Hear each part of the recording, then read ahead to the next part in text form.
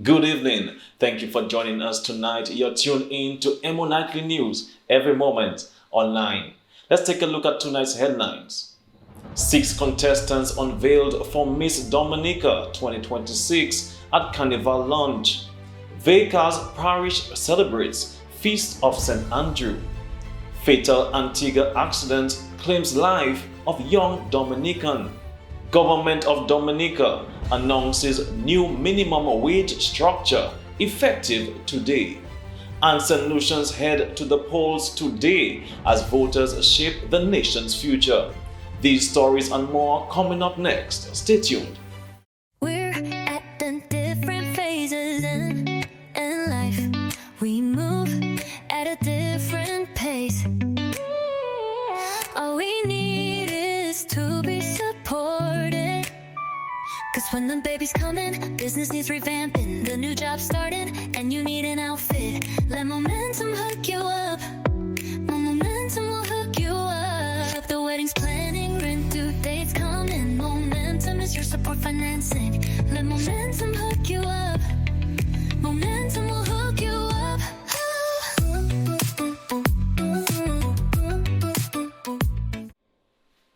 And welcome back, everyone. I'm your presenter, Rick Francis, and this is a news broadcast for the first day in December 2025. And as we know it, the Christmas season is here. The days are shorter, it's starting to get chilly, and some folks already have their fruits soaking in wine for their fruit cakes. And with that said, I hope you guys had a wonderful day. In tonight's news, at the official launch of Dominica's Carnival 2026 celebrations, 6 beautiful and ambitious young women were introduced as the contestants vying for the prestigious title of Miss Dominica 2026. Each contestant brings her own story, her unique strength, and a powerful platform addressing issues impacting communities across the island. From the Carnival territory to Grand Bay, Maho, Jimit, and Crayfish River, these young women are ready to shine, representing their communities with confidence, intelligence, and true Dominican pride. The Miss Dominica National Queen Pageant is scheduled for February 12, 2026. Let's meet the 2026 contestants. Adele Laura, representing Maho. Denisha Uzel, representing Grand Bay. Dana Granu, representing the Kalinago territory. Dana Eugene, also representing Grand Bay. Shorin Mills, representing Jimit and St. Joseph. Sanchia Tyson, representing Crayfish River, Kalinago territory. EmoNews will bring you more on the 6 remarkable young women who begin their inspiring journey to the crown.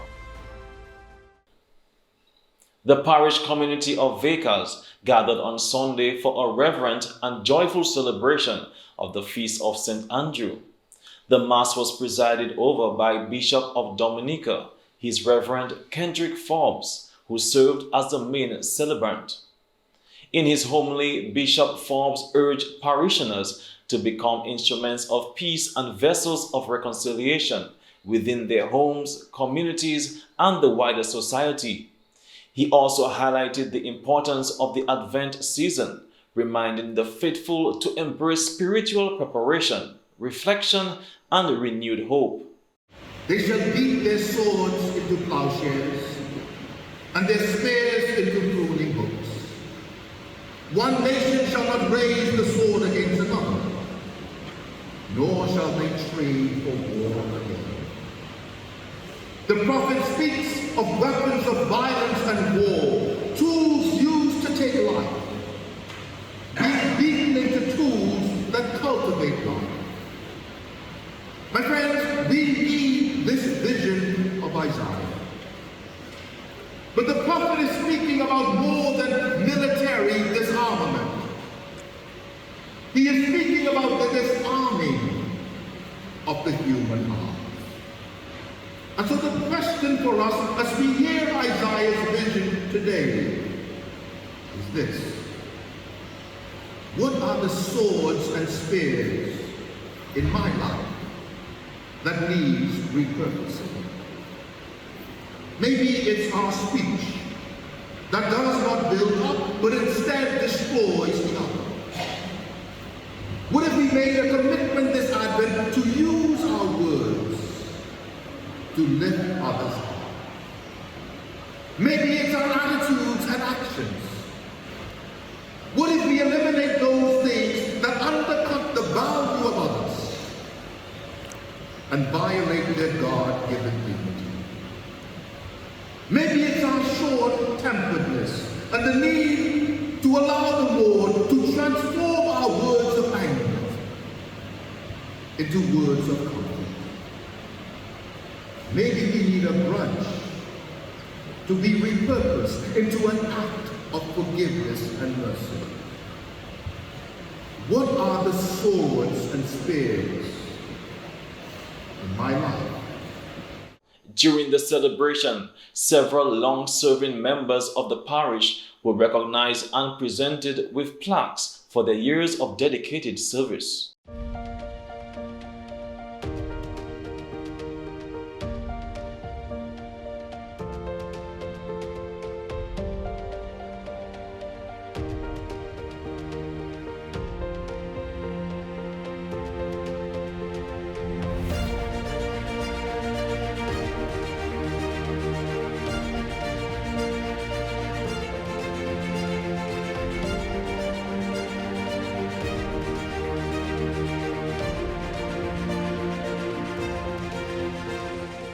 Also in attendance were Father Sharpless, Deacon Watt, and Deacon Coffey, who joined parishioners in marking the special occasion. The feast day concluded with a vibrant lunch sale and bazaar, bringing the community together in fellowship, music, and tradition.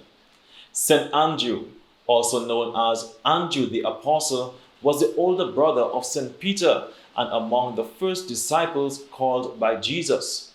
He was born in Bethsaida on the northern shore of the Sea of Galilee in the early 1st century and, like his brother, worked as a fisherman. His name means strong, and he was known for his social grace and ability to connect with others. In the Gospel of Matthew, Jesus calls Andrew and Peter to leave their nests and become fishers of men, marking the beginning of their mission in spreading the Christian faith.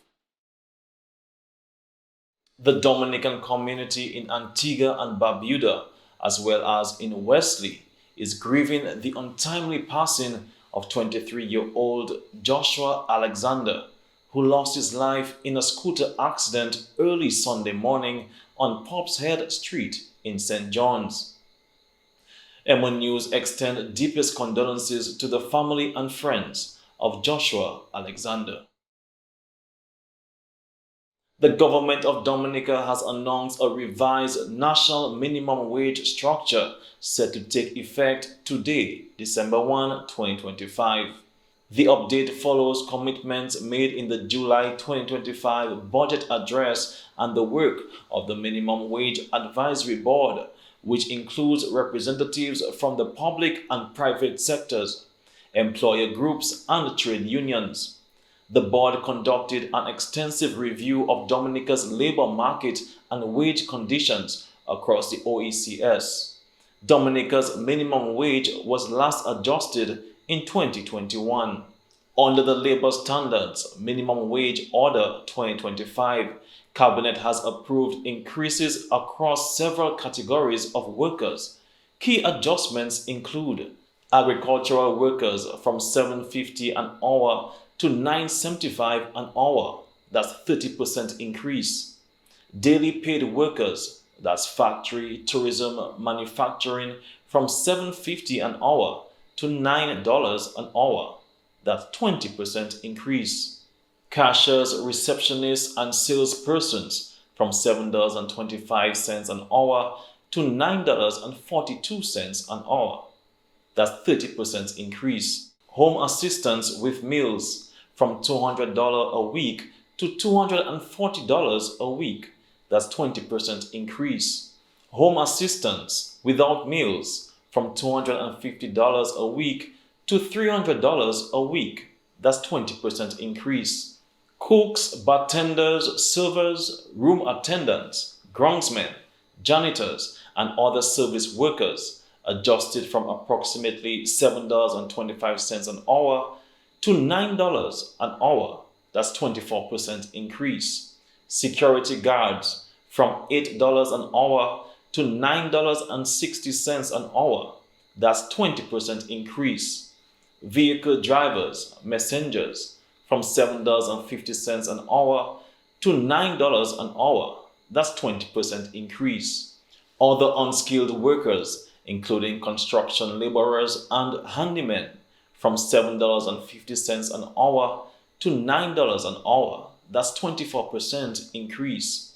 The government says the revised rates aim to create a more equitable wage structure, strengthen household incomes, and improve social protection, particularly for low-income workers. The announcement reinforces Dominica's commitment to supporting a labor market that promotes worker well-being and long-term economic security.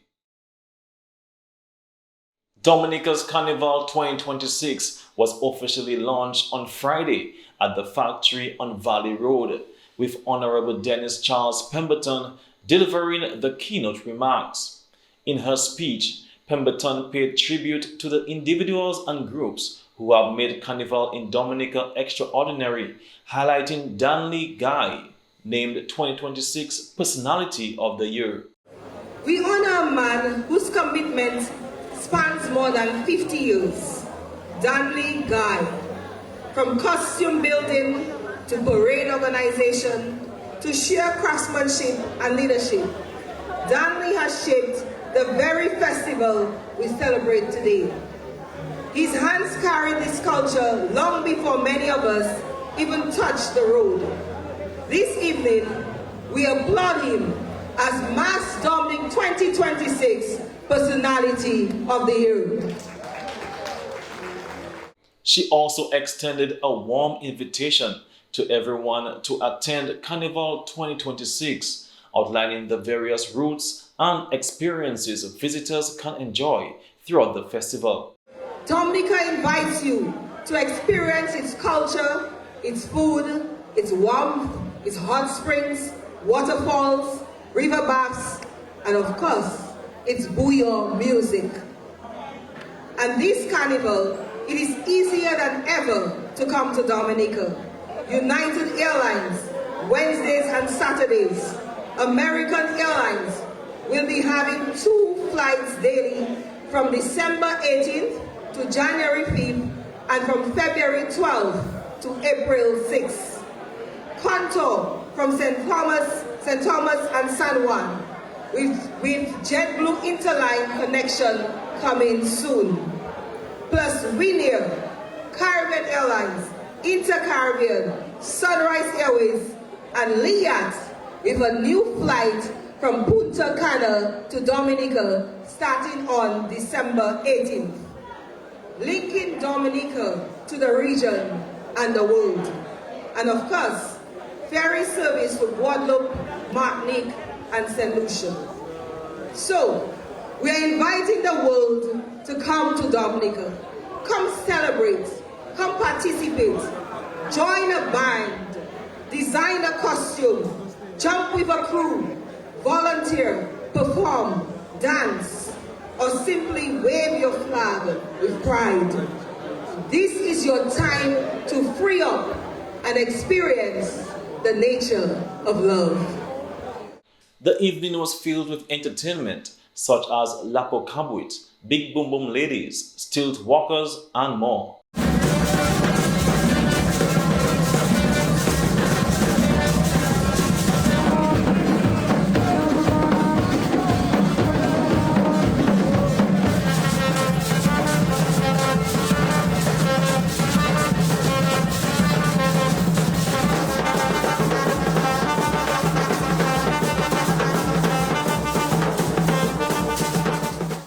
Dominica's Carnival promises another vibrant celebration of music, culture, and community spirit, attracting both locals and visitors from across the region.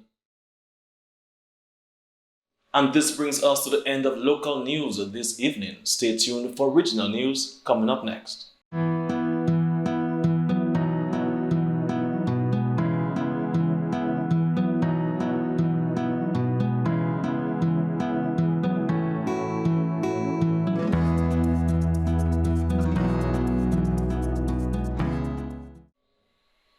And in regional news, in the Eastern Caribbean, regional bodies OECS and CARICOM are extending formal congratulations to Dr. Godwin Friday, the newly elected Prime Minister of St. Vincent and the Grenadines, following his sweeping victory in the November 27th general election. Dr. Friday was sworn in as the nation's fifth Prime Minister before Governor General Dame Suzanne Dugan. His new Democratic Party secured a landslide win, 14 of 15 seats, ending more than 2 decades of Unity Labour Party rule under outgoing Prime Minister Dr. Ralph Gonsalves, who now becomes the sole opposition member and leader of the opposition. OECS and CARICOM both praised the peaceful electoral process and expressed readiness to work with the new administration on regional cooperation, sustainable development, and good governance. They also saluted Dr. Gonsalves for his long-standing contributions to Caribbean integration.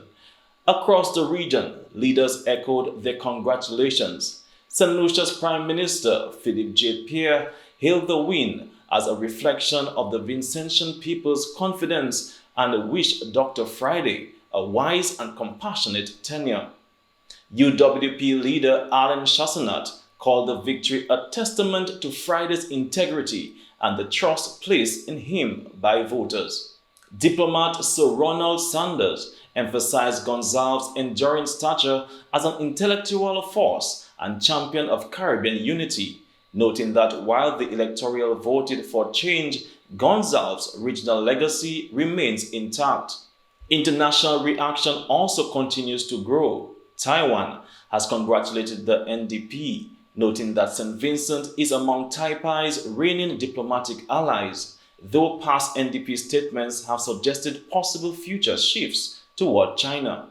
Political analysts say the ULP's heavy defeat was fueled by growing voter fatigue after years of incumbency and a campaign message that failed to resonate. And although the outgoing government guided the nation through major challenges, from the global financial crisis to volcanic eruptions, many Vincentians signaled it was time for a change. Dr. Friday's cabinet is set to be sworn in next week, marking the start of a new chapter in the country's political landscape. Barbados marked its 59th independence anniversary and 4th year as a republic on Sunday 30, 2025, with the swearing-in of Jeffrey Bostikas, the nation's second president. Bostic, a former health minister and decorated military officer, is celebrated for his leadership during the COVID-19 pandemic. Extra security support from the regional security system was brought in for the occasion, alongside dignitaries from across the region. The country also bestowed its highest honor, that is, the Order of Freedom of Barbados, on Dr. Kevin Greenidge, Joel Big Bird Garner, and Dr. Kurt Lambert, with an honorary award going to Professor Benedict O'Mara for strengthening Africa-Barbados trade ties. A historic day of celebration and transition for Barbados.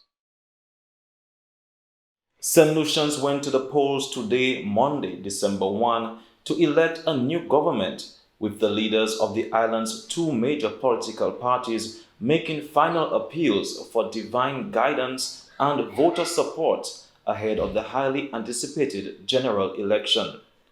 Prime Minister Philip J. Pierre, seeking a second consecutive term at the helm of the St. Lucia Labour Party, SLP, remains confident that his party can maintain or even improve on the 13 seats won in the 2021 general election.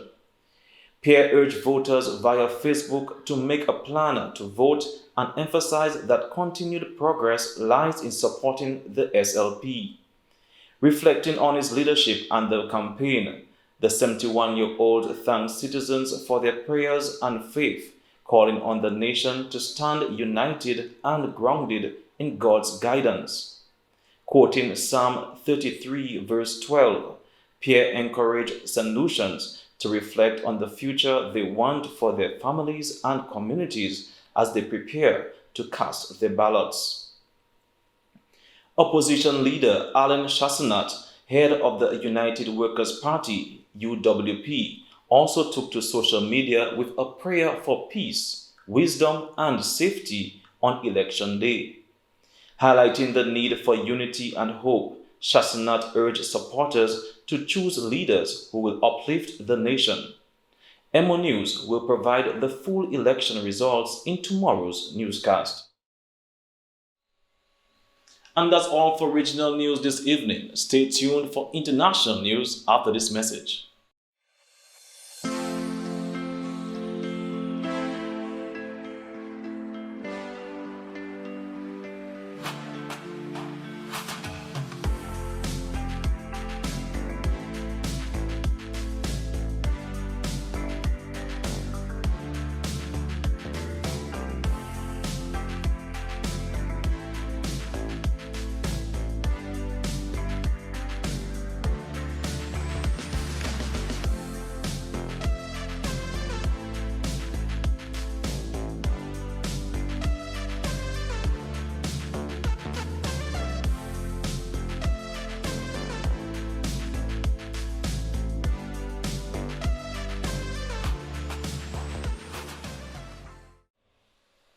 And now for international news this evening. A tragic shooting in Northern California.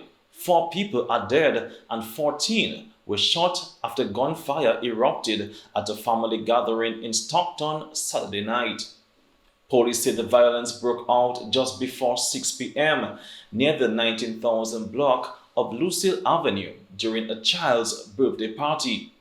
Stockton's Vice Mayor Jason Lee confirmed the details in a statement, saying he's been in contact with public safety officials and is pushing for answers. The San Joaquin County Sheriff's Office reports that 14 people were struck by gunfire and 4 have been confirmed dead. Investigators believe the attack may have been targeted, though the motive and the identity of the shooter have not yet been released. Authorities say the investigation remains active and ongoing. And now moving over to Jerusalem. Israeli Prime Minister Benjamin Netanyahu has formally requested a pardon from President Isaac Herzog in connection with his ongoing corruption trial. Netanyahu faces charges of bribery, fraud, and breach of trust relating to alleged political favors for wealthy backers in exchange for gifts and media coverage. In his submission, Netanyahu argues that ending the trial, which has dragged on for 5 years, would be in the public interest and help unite the nation. His request follows a letter from President Donald Trump, who called on Herzog to grant the pardon. While pardons before conviction are extremely rare in Israel, Netanyahu's move has sparked controversy. Opposition leaders argue that a pardon should only be granted with an admission of guilt, demanding that Netanyahu step down if he seeks one. Civil society leaders have vowed to oppose the request, warning it could lead to a political crisis. The decision now rests with President Herzog, who is expected to consult legal experts before making a ruling. And that's all for international news this evening. Stay tuned for the sports segment after this message.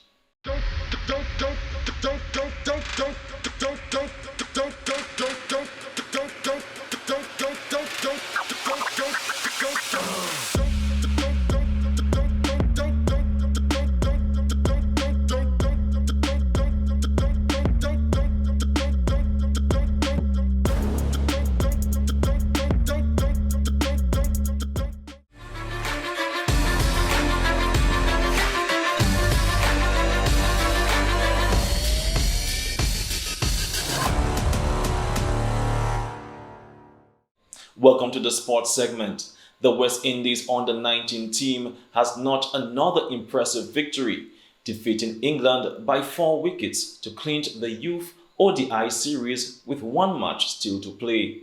In a strong all-round performance, the young Windy squad celebrated their win on the field, securing the series and continuing the momentum heading into the final YODI.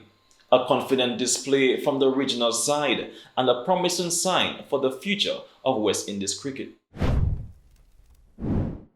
And now moving over to football. In CONCACAF World Cup qualifying action, Jamaica delivered a historic performance, producing a dominant 18-0 victory over Dominica.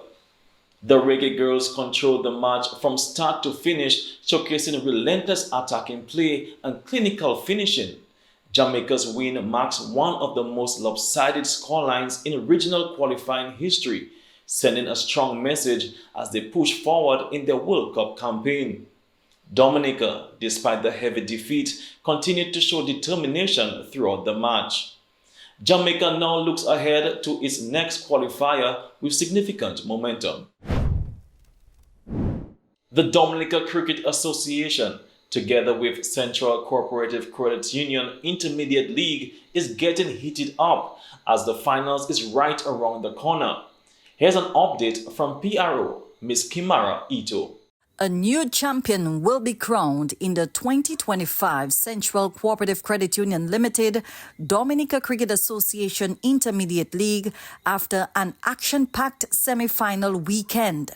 On Saturday, 29th November, Kalinago Blasters versus Rubens Bakery at the Botanic Gardens.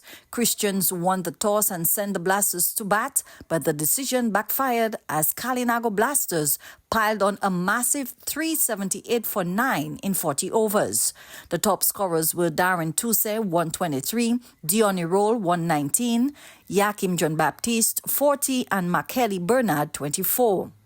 Christian's bowling attack was led by Pelte with 4 for 58, supported by Fitz for 2 for 53 and Graham 2 for 91. In response, Christians struggled against a fiery Blasters attack, managing just 35 all out. The star of the innings was undoubtedly Joel Durand, whose phenomenal spell of 8 for 15 sealed a dominant victory for Blasters. On Sunday, 30th November, at the Botanic Gardens, Police Sports Club versus defending champion Starlight Sports Club. In a thrilling and keenly contested encounter at the Gardens, Police Sports Club punched their ticket to the finals after defeating the defending champion Starlights. Police won the toss and opted to bat first, posting 286 all out. Key contributions came from Jason Lamothe, 64, Antonio Durand, 53, Gavin Masley, 28, and Lane Hogan, 22. Starlight's bowling attack was led by Baptiste with 4 for 31 and Ansem with 3 for 56. In reply, Starlights fought hard but were bowled out for 226. The top scorers were Edmond Moranci, 90, Richard Ansem, 35, Isles, 24, and Sylvester Timothy, 21. Police victory was powered by a brilliant spell from Jason Lamothe, 6 for 36, supported by Cheston Dangaben, 2 for 13. On Saturday, December 6, it's the grand finals at the Geneva playing field in Grand Bay. Kalinago Blasters versus Police Sports Club. A new champion will rise. Will the Kalinago Blasters bring their warrior spirit to claim the crown? Or will the Police Sports Club be doing some arresting on the field? Only one way to find out. Come out and support the teams. And this brings us to the end of the sports segment. Coming up next, the weather report from the Dominica Meteorological Service. Stay tuned.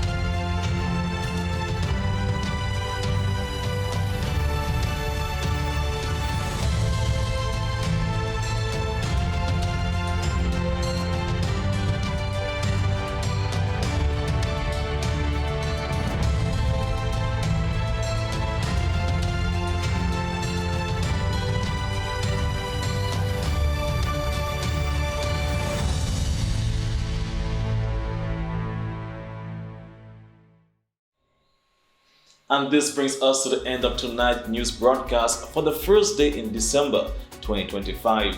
I'm your presenter, Rick Francis. On behalf of the entire newscast, we say thank you for viewing. This has been EmoNightly News, every moment online.